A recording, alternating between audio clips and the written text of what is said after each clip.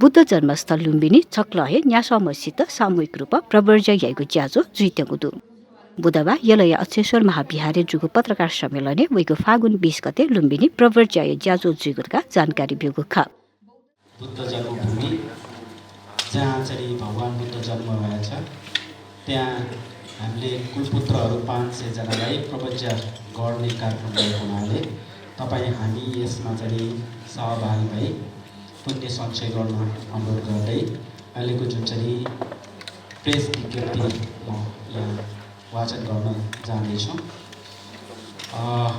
यस बुद्ध जन्मभूमि नेपालमा सन् 2011 देखि अखिल नेपाल भिक्षु महासङ्घ र थाई इन्डिया नेपाल धर्मदूत सङ्घको संयुक्त आयोजनामा वार्षिक रूपमा कुलपुत्र प्रवज्य कार्यक्रम मार्फत बुद्ध शिक्षा जनमानसमा फैलाई सभ्य समाज निर्माणको उद्देश्यले कार्यक्रम आयोजना गर्दै आइरहेका छौँ।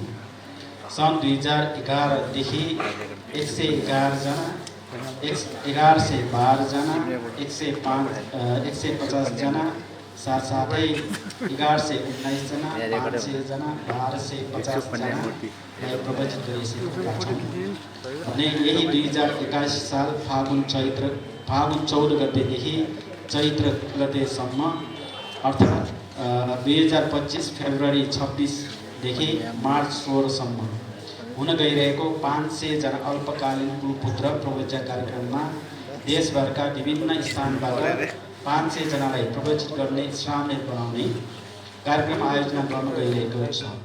यो हर्ष खुसी र एउटा बौद्ध कार्यक्रम एउटा मेगा इभेन्टै हुन गइरहेको छ। यसलाई तपाईहरुले प्रचार प्रसार गरी यसमा सहयोग गर्नुहुनेछ भन्ने पनि हामीले आशा गरेका छौँ। हामी सबैले थाहा भएको कुरा हो कि बुद्ध नेपालमा जन्मनुभयो, भारतमा ज्ञान प्राप्त गर्नुभयो, तर जन्मिएको ठाउँ नेपाल र भारतमा बुद्ध धर्म एक समयमा लोप भएर गएको थियो र त्यो लोप भएकोलाई परिपूर्ति गर्ने काम छिमेकी देश श्रीलङ्का, थाइल्यान्ड, बर्माले योगदान दिएको छ।